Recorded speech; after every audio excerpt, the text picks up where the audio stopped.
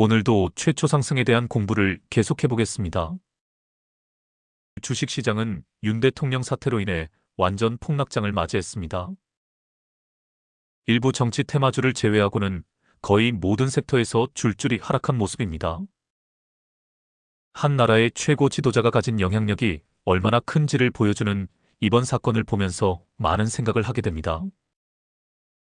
동양 사상가 중에 가장 혁명적인 정치 사상을 가지고 있었던 맹자를 생각하게 됩니다.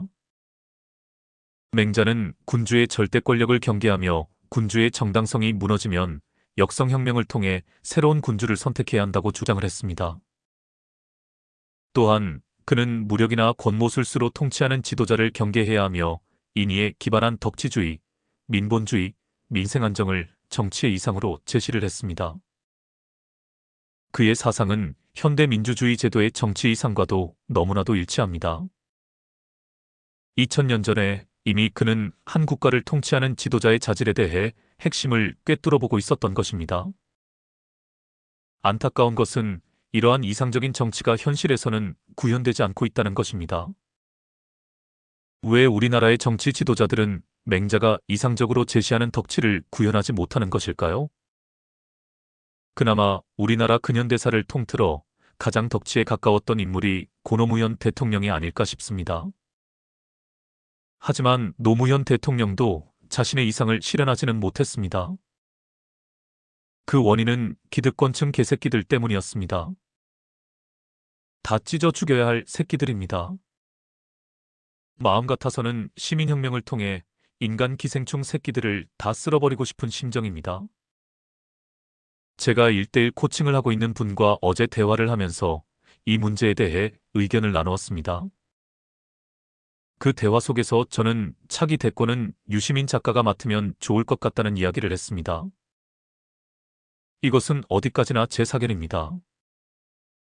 사람마다 시각이 다를 수 있으니 그냥 이런 시각도 있다는 것을 염두에 두고 들어주시길 바랍니다. 저는 나름대로 이재명에 대해 아주 속속들이 조사를 해보았습니다. 결론적으로 말해서 아주 간교하고 사악한 놈입니다. 권모술수에 능하고 우리나라 기존 정치의 악습을 다 가진 놈입니다. 또한 권력욕으로 똘똘 뭉친 놈이기도 합니다. 절대 차기 대통령 후보가 되어서는 안 될 놈입니다. 그나마 지금 후보자들 중에는 한동훈이나 조국 정도는 후보자로서 자격이 있다고 봅니다. 하지만 앞서 이야기한 것처럼 가장 덕치에 가까운 인물을 뽑자면 저는 유시민 작가를 뽑고 싶습니다. 지금은 정치를 그만두고 야인으로 돌아갔지만 차기 대권 후보자로 나선다면 저는 덕치라는 관점에서 단연 원탑이라고 보고 있습니다. 우선 사고의 폭이 넓고 정치적 역량도 뛰어난 사람입니다. 그 누구와도 대화가 가능하며 마인드가 열려있는 사람입니다. 그리고 무엇보다도 사심이 없는 사람입니다. 부귀영달이나 권력에 대한 집착이 없습니다. 게다가 민초들의 삶에 대한 깊은 이해를 가지고 있습니다. 이런 사람이 지도자가 되어야 한다고 봅니다. 현대 철학자 칼 포퍼는 열린 사회와 닫힌 사회에 대해 이야기를 합니다. 우리나라 정치 현실을 한마디로 표현하자면 완전 닫힌 사회라 할 수 있습니다. 열려있는 사람이 필요합니다. 대인의 풍모를 가지고 어떤 소수의 의견이라도 다 품어줄 수 있는 사람이 필요합니다. 이런 관점에서도 유시민 작가를 저는 적임자로 보고 있습니다. 우리나라 거대 양당 정치 구도에서는 25%의 득표를 가지고 100% 민의를 대변하는 정말 불합리한 선거제도를 가지고 있습니다. 야당이든 여당이든 절대 지금의 선거제도를 바꾸려 하지 않고 있습니다. 자신들의 기득권을 포기하지 않는 것입니다. 사실 여기에 대한민국 민주주의의 맹점이 숨어 있습니다. 대통령 선거에서 자신의 표가 사표가 되는 것을 원치 않는 사람들은 마지막에 가서 울며 겨자먹기로 거대 양당 2명의 후보자 중에 1명을 선택하는 상황에 내몰리게 됩니다. 이건 절대 민주주의라 할 수 없습니다. 거대 양당 독재 체제라 할 수 있습니다. 이 독재 구조를 파괴하지 않는 이상 우리나라 민주주의는 절대 발전할 수 없다고 생각합니다. 이러한 독재 구조는 사회 곳곳에 숨어 있습니다. 기업 문화를 보면 알 수 있습니다. 주식회사는 그 이념 자체가 민주주의를 지향하고 있습니다. 하지만 우리나라는 대주주의 독재적인 기업 경영을 통해 지들 마음대로 유상증자와 전환사채를 남발을 합니다. 이를 제재할 어떤 법적인 근거가 없습니다. 정치인들 중에 그 누구도 이 문제를 국회에서 거론조차 하는 놈을 못 보았습니다. 우리나라는 기득권을 위한, 기득권에 의한, 기득권의 나라입니다. 이 기득권층에 들어가지 못하면 아주 작은 일상에서부터 권리를 강탈당하고 인권이 유린되는 수모를 겪어야 합니다. 보이지 않는 계급 구조가 이 사회를 지배하고 있는 것도 사실입니다. 인도의 카스트 제도보다 더 악랄한 계급 질서가 사회 곳곳에 암처럼 숨어 있습니다.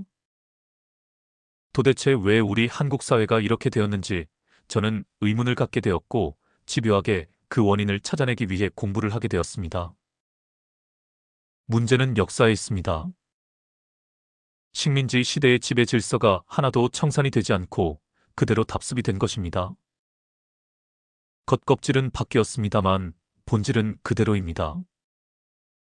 저는 우리나라가 이 식민지 시대 지배 질서의 그늘을 아직 못 벗어나고 있다고 생각을 합니다. 사회 고위층부터 시작을 해서 민초들에 이르기까지 이 어두운 그림자 속에서 살아가고 있습니다. 이를 인식하고 있는 사람들조차 많지 않습니다. 일본 놈들이 동아시아 전체에 심어놓은 식민사관이 아직도 우리 정신을 지배하고 있습니다. 그래서 우리는 아직도 열린 사회로 나아가지 못하고 닫힌 사회에 갇혀 있는 것입니다. 이를 타파해줄 지도자가 필요합니다.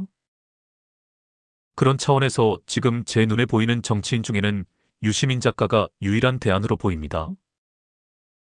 사실 제가 보는 시각에서 유시민 작가의 한계도 보입니다.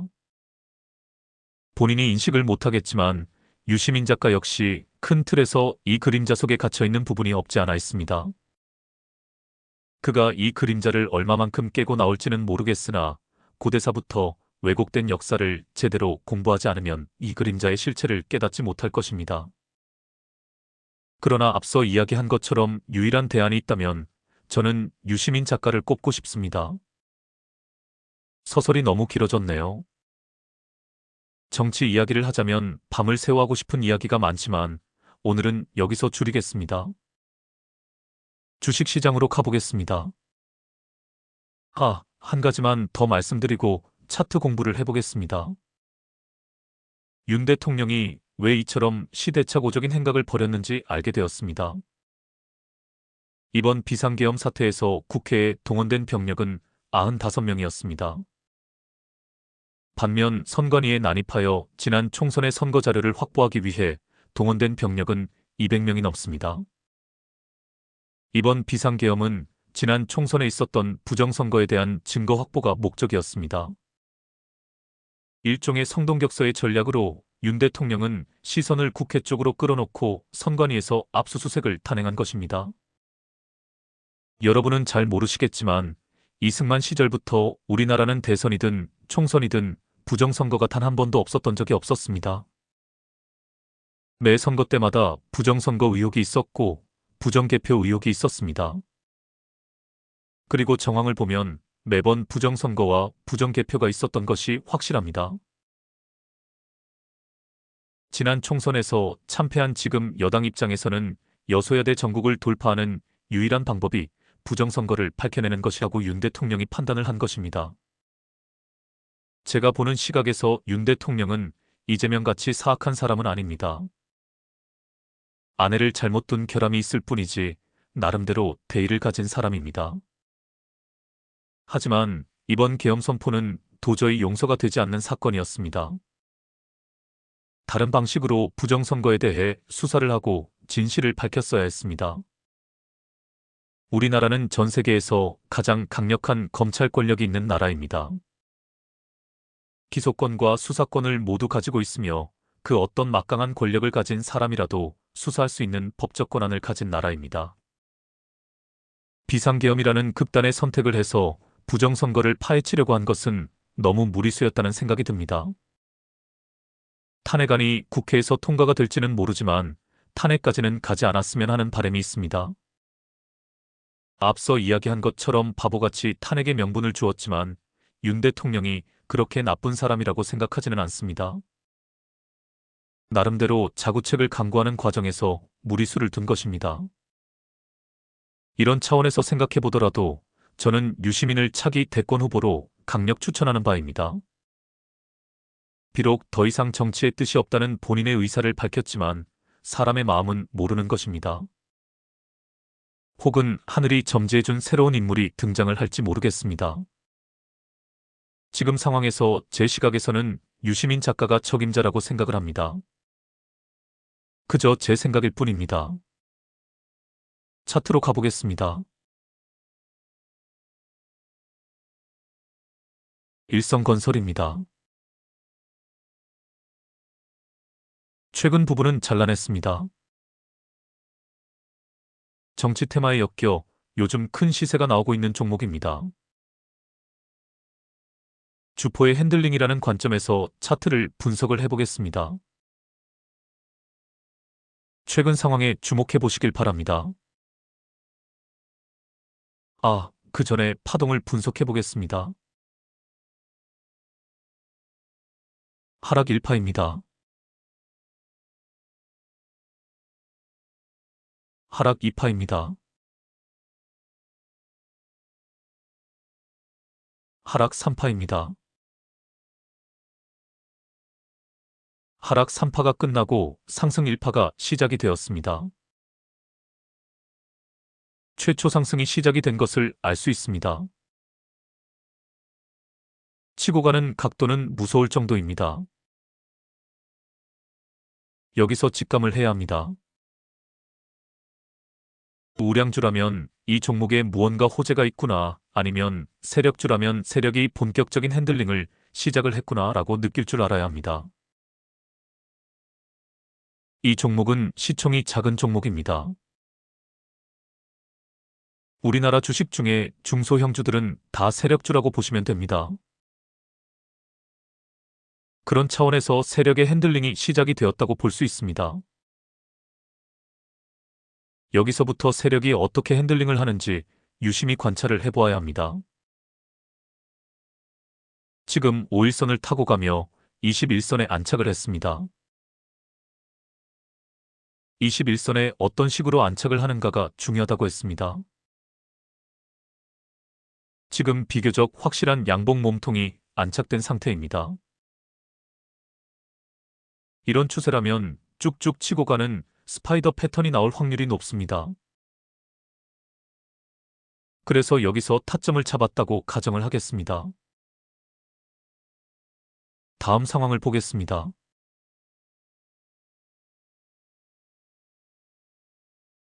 물론 이런 급등은 테마주에 엮여서 나오는 급등이기는 하지만 그 전조 현상이 이미 발생을 했습니다. 표시를 해보겠습니다.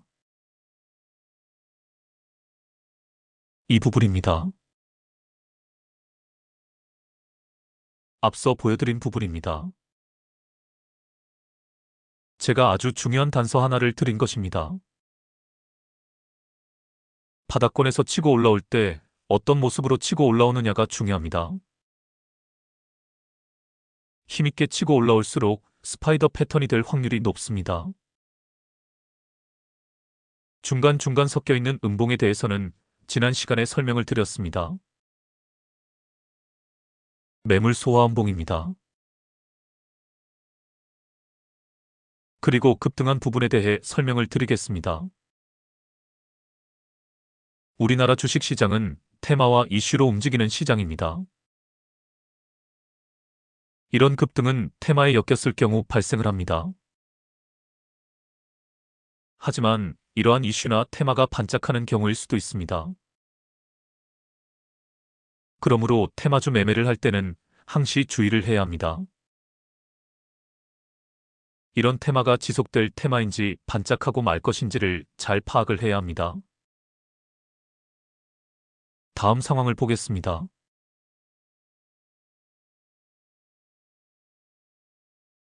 이 차트를 보고 이 종목이 엮인 테마의 강도를 생각해 보시길 바랍니다. 테마가 식은 것일까요? 아니면 계속되고 있는 것일까요? 누가 보아도 테마가 계속되고 있다는 것을 알 수 있습니다. 거래량을 보면 누구라도 느낄 수 있습니다. 이렇게 활발한 거래가 이루어진다는 것은 이 테마가 아직 끝나지 않았다는 것을 반증해주고 있습니다. 그리고 최근에 거래량에서는 최적 거래량 뒤 양봉이 떴습니다. 가격 캔들에서는 삼각 수렴이 보입니다. 테마가 끝나지 않았다. 차트상 타점이 나왔다. 안 들어갈 이유가 없습니다. 다음 상황을 보겠습니다.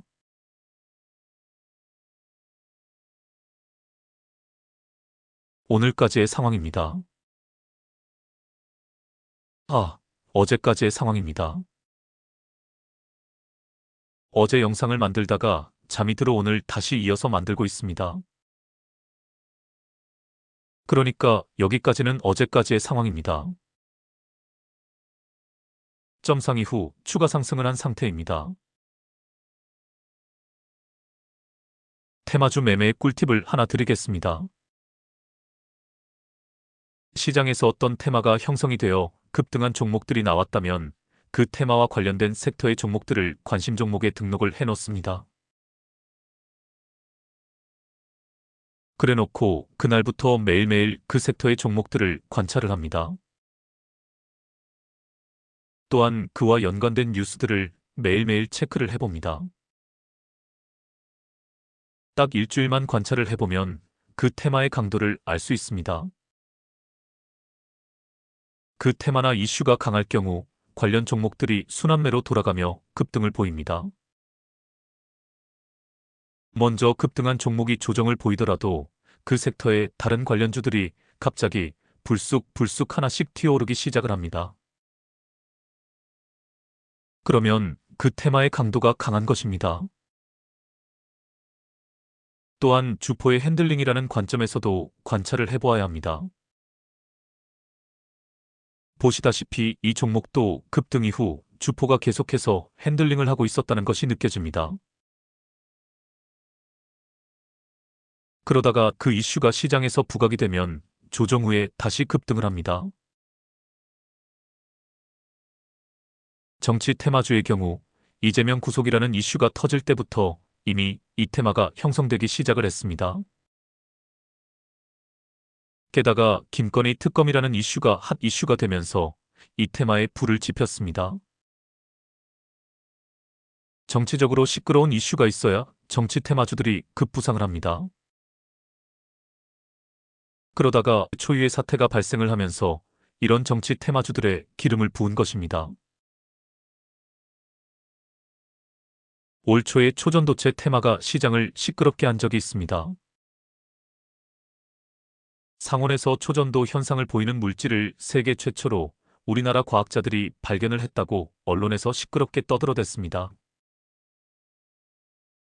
과학학술 잡지에 기재된 논문 내용을 검증하기 위해 세계 유수한 연구기관에서 실험을 해서 진위 여부에 대한 검증을 하기도 했습니다. 그래서 이 테마에 엮인 종목들이 다 날아간 적이 있었습니다. 그런데 지금은 이 테마에 엮인 종목들이 어떻게 되었습니까? 상승분을 반납하고 모두 바닥권까지 내려와 있는 상태입니다. 그래서 테마주의 경우에는 테마가 시작된 초기에 타점을 잡고 상승분을 먹고 재빨리 빠져야 합니다. 고점에서 물리면 답이 없습니다. 세력들은 이 테마를 이용해서 주가를 급등을 시킵니다. 그러면 욕심 많은 개미들이 따라붙습니다. 세력들은 개미들을 털어내기도 하고 또 기자들을 사서 뉴스를 띄어 다시 급등을 시키기도 합니다. 결국은 고점에서 세력들은 손을 털고 빠져나가 버립니다. 테마주란 말이 좋아 테마주의지 결국은 세력들이 개미들을 털어먹기 위한 수단으로 이용하는 것입니다. 물론 개 중에 진짜 고수들은 역으로 세력들을 발라먹습니다. 자신이 없으면 절대 세력주 내지 테마주는 건드리면 안 됩니다. 그런데 제가 늘 이야기하듯 우리나라 중소형주들은 거의 모두 세력주의 성격이 있습니다. 이것이 딜레마입니다. 아예 중소형주들은 눈 딱 감고 쳐다보지 않으면 됩니다만 자꾸 눈길이 가는 것도 인지상정입니다. 방법은 하나입니다. 고수가 되어 세력들을 발라먹으면 됩니다. 이 차트에서도 설명을 드렸습니다. 세력이 핸들링을 하고 있는 것이 확인이 되었습니다. 이 테마가 시장에서 꺼지지 않았다는 것을 알았습니다. 그럼 차트상 타점이 나왔을 때 이런 급등을 먹고 나오면 되는 것입니다.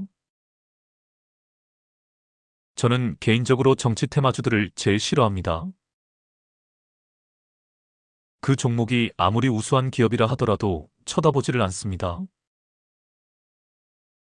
그런데 1:1 코칭을 하시는 분이 문의를 하셨습니다. 정치 테마주에 대해서도 연습을 해보고 싶어하는 눈치였습니다. 그래서 저는 이렇게 대답을 했습니다. 그냥 그들만의 리그라고 생각하시라고 조언을 드렸습니다. 똑같은 말씀을 드리고 싶습니다. 정치 테마주는 안 건드리는 것이 좋습니다. 그래도 한번 연습 삼아 해보고 싶다면 앞에서 말씀드린 요령대로 하시면 됩니다. 이번에 초유의 사태로 아주 강력한 정치 테마가 형성이 되었습니다. 테마의 강도로 보면 지난 초전도체 테마에 못지않은 강력한 이슈임에 틀림이 없습니다. 당분간 이 테마가 시장을 주도할 것으로 보입니다. 윤 대통령 탄핵이 이루어지느냐 아니냐로 시끄러워질 것입니다. 탄핵이 불발이 되어도 그와 연관되어 정치권은 계속 시끄러울 것입니다. 테마주들을 관심 종목에 넣어두고 관찰을 해보시길 바랍니다. 차트상 타점이 나오면 진입을 해보시길 바랍니다. 이 차트에서도 타점에 대해 설명을 드렸습니다. 삼각수렴이 끝나는 자리입니다. 그 이상의 조언은 드리지 않겠습니다. 연습을 하시더라도 꼭 단주로 해보시길 바랍니다. 다음 종목으로 가보겠습니다. 뉴스를 보고 가겠습니다. 앵커님 나오세요. 상보가 강세이다. 미국과 중국의 무역 분쟁이 반도체 및 2차 전지 산업으로 번지며 흑연 수출 통제에 따른 반사이익이 기대된 결과로 풀이된다. 4일 오후 1시 2분 현재 상보는 전 거래일 대비 12.92% 오른 1,468원에 거래되고 있다. 이날 관련 업계에 따르면 중국 정부는 전날 미국의 대중 반도체 추가 제재에 반발해 첨단 산업에 활용되는 자국의 광물자원 수출 제한에 나선다고 밝혔다. 중국 당국은 반도체, 디스플레이, 광학장비 등 제조에 쓰이는 갈륨, 게르마늄, 안티몬 등 희소금속의 대미 수출을 금지했다. 또 흑연의 경우 수출 제한은 아니지만 수출 허가를 할 때 더 엄격하게 최종 사용자와 용도를 검증하겠다고 밝혔다. 흑연은 2차 전지 음극재 핵심 재료로 국내 산업계는 흑연 수출 통제 강화가 국내 경제에 미칠 영향이 더 크다고 입을 모은다. 사실상 중국이 천연 및 인조 흑연에 걸쳐 세계 음극재 시장을 장악하고 있다는 점도 이러한 주장에 힘을 싣고 있다. 이 같은 소식에 상보에 투자자 관심이 쏠리고 있다. 이 회사는 흑연을 가공해 만드는 그래핀 제조업을 영위하며 그래핀 배리어 필름 국책과제 주관기업으로 선정되기도 했다. 그래핀은 탄소 원자로 이루어져 있으며 원자 한 개의 두께로 이루어진 얇은 막을 말한다. 그래핀은 구리보다 100배 이상 전기가 잘 통하고 반도체로 쓰이는 단결정 실리콘보다 100배 이상 전자를 빠르게 이동시키며 동시에 강도는 강철보다 200배 강하며 최고의 열전 도성을 자랑하는 다이아몬드보다 2배 이상 열전 도성이 높다. 또한 탄성이 뛰어나 늘리거나 구부려도 정기적 성질을 잃지 않아 그래핀은 차세대 신소재로 각광을 받고 있는 탄소나 노트북을 뛰어넘는 꿈의 나노물질이라 불린다. 그래핀 관련주는 크리스탈 신소재, 국일재지, 휴비스, 경인양행, 대창, EM플러스, 상보, 덕산하이메탈 등이 있다. 상보는 플라스틱 필름 제조를 주력 사업으로 하고 있다. 윈도우 필름, 미디어 필름, 비디오용 리더 테이프, 광학 필름, 디지털 인쇄기용 프린터 필름 제조 및 판매 등을 영위하고 있다. 상보의 주력 상품은 모두 첨단 방막 및 나노 코팅 기술을 기반으로 하고 있다. 중국에 생산 기지를 두고 있으며 다양한 고성능 필름 제작에 특화된 기업이라 할 수 있다. 상보가 주식시장에서 주목받는 이유는 미중 무역 분쟁으로 인한 반사이익 때문인 것으로 풀이된다. 히토류 및 흑연 등의 수출 제한 조치로 이와 관련된 국내 기업들이 시장에 주목을 받는 분위기이다. 이상입니다. 상보입니다. 최근 거래량이 활발한 것이 눈에 들어옵니다. 일단 이 부분에 주목해 보시길 바랍니다. 과대 낙폭 이후 급반등을 했지만 21선 안착에 실패하고 밑으로 흘러내린 자리입니다. 제가 선을 그어 보겠습니다. 보시다시피 마지노선이 깨어졌습니다. 마지노선이 깨어진 자리를 가만히 보시면 인위적인 조작이라는 것을 알 수 있습니다. 주포놈이 의도적으로 밑으로 뺀 것입니다. 마지막 개미털기라 할 수 있습니다. 세력주의 경우 3중 바닥이 깨어지고 주포놈이 밑에서 다시 작업을 시작하는 경우가 있다고 했습니다.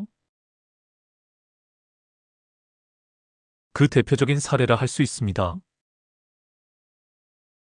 다른 표시들을 지우고 바닥권에서 올라오는 자리로 차트를 돌려놓겠습니다.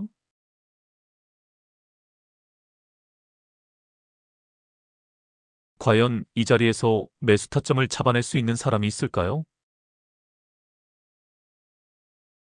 물론 이 종목이 세력주라는 흔적들이 있기는 합니다.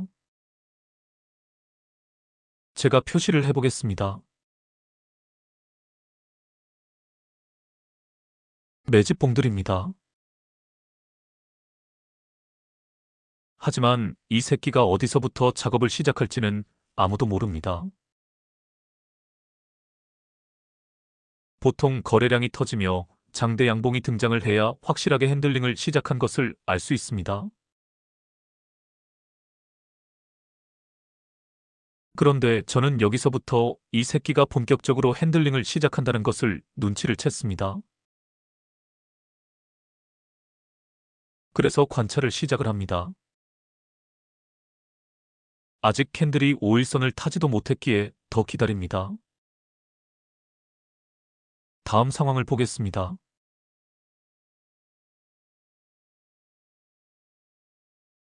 이제 확실하게 놈의 핸들링이 시작이 되었습니다. 볼벤 바닥에서 거래량이 터지며 장대 양봉이 등장을 했습니다.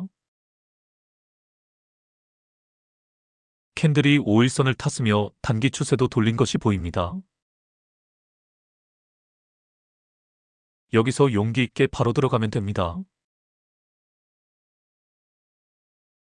20% 이상 급등을 했다면 첫놀림에서 반등을 할 때 타점을 잡아야 하지만 긴 윗꼬리, 즉 시그널 캔들이기에 여기서 타점을 잡고 기다리면 이 새끼가 알아서 주가를 끌어올려줍니다.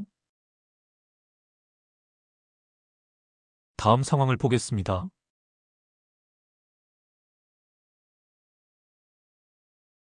오늘까지의 상황입니다. 최근 저항에서 밀리는 모습입니다.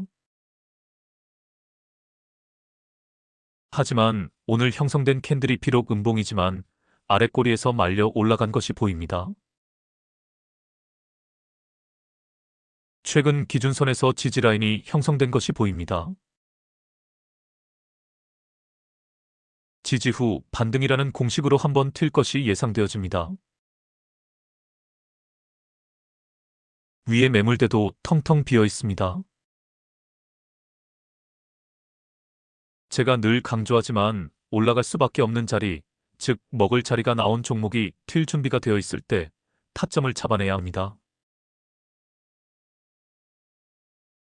단주로 연습해 보시길 바랍니다. 한 종목만 더 간단히 보고 마치겠습니다. 다음 종목으로 가보겠습니다. 네온테크입니다. 드론 관련주입니다. 이런 하락장에서도 인공지능 섹터와 드론 섹터에서는 일명 지수를 이기는 종목들이 많이 나오고 있습니다. 차트 분석을 해보겠습니다. 기준봉입니다. 여기서부터 주포의 핸들링이 시작이 되었습니다. 또 표시를 해보겠습니다. 첫눌림에서 반등하는 자리입니다. 최저 거래량 뒤 양봉은 하루 전에 등장을 했습니다. 또 표시를 해보겠습니다. 두 번째 눌림에서 반등하는 자리입니다. 최저 거래량 뒤 양봉이 뜬 자리이기도 합니다. 삼각수렴도 보입니다. 또 표시를 해보겠습니다. 세 번째 눌림에서 반등한 자리입니다. 거래량에 주목해 보시길 바랍니다. 최저 거래량 뒤 양봉입니다. 지금 이 녀석은 짧게 개미들을 털어내고 반등을 시키고 있다는 것을 알 수 있습니다. 하지만 이후에는 고점에서 밀리자 크게 조정이 나왔습니다. 가격 조정과 기간 조정이 길게 나왔습니다. 이 부분에 주목을 해보시길 바랍니다. 기간 조정이 끝나고 지지라인이 형성된 자리입니다. 이 자리에서는 아무 때나 들어가도 됩니다. 반등 타이밍이 된 것을 눈치챌 수 있습니다. 거래량에 주목해 보시길 바랍니다. 이 자리가 최저 거래량 뒤 양봉이 뜬 자리입니다. 세력주의 경우에는 이렇게 반등 타이밍만 잘 찾아내면 급등을 먹고 저항에서 밀린다 싶으면 바로 빠지면 됩니다. 이제 최근 상황에 주목해 보시길 바랍니다. 반등 타이밍이 되었나요? 오늘 최저 거래량 뒤 양봉이 떴습니다. 이번 조정에는 기간 조정이 길게 나오지 않을 것이라는 것을 거래량에서 감지해낼 수 있습니다. 삼각수렴도 보입니다. 단주로 연습해 보시길 바랍니다. 오늘은 이것으로 마치겠습니다. 불안한 정국이 하루빨리 안정되었으면 합니다. 그 옛날 요순 시대에는 이상적인 정치상을 이렇게 표현을 했습니다. 백성들은 평온한 삶을 이어가는 중이었습니다. 제왕이 민심을 체크하기 위해 시차를 나갔습니다. 밭에서 일하는 농부에게 물었습니다. 그랬더니 농부는 통치자가 누구인지 제왕이 누구인지도 몰랐다고 합니다. 그만큼 세상이 시끄럽지 않고 태평성대를 누리고 있었다는 뜻입니다. 물론 시대가 변했습니다. 참여 민주주의가 필요한 시대입니다. 하지만 이상적인 정치란 이런 것입니다. 백성들이 평안하게 생업에 종사하게 만들어야 합니다. 그 이상 정치를 잘하는 것은 없습니다. 세종대왕 시절에도 세종께서는 늘 백성들이 평안한지를 물었습니다. 백성들이 불편한 것이 있으면 그것을 시정하는 것을 최우선 국정과제로 삼았습니다. 제발 이런 지도자들이 나왔으면 합니다. 세상을 시끄럽게 하고 이를 이용해서 대중을 선동하는 놈들은 정치적 야심으로 똘똘 뭉친 놈들이라고 보면 됩니다. 이재명 같은 양아치 새끼가 대표적인 인물입니다. 그런 놈들에게 정권을 맡겨서는 안 됩니다. 국민들을 평안하게 만들어 주려고 애쓰고 고심하는 사람을 찾아야 합니다. 정치적 야심이 없는 사람이 역설적으로 대통령감이라고 봅니다. 저는 유시민 작가를 그런 사람으로 보고 있습니다. 주식시장도 빨리 안정화되었으면 합니다. 여하튼 이런 시장에서는 지수를 이기는 종목들이 강한 상승 흐름을 보일 가능성이 있습니다. 잘 관찰해 보시길 바랍니다. 그럼 다음에 뵙겠습니다. 평안한 밤 되시길 바랍니다.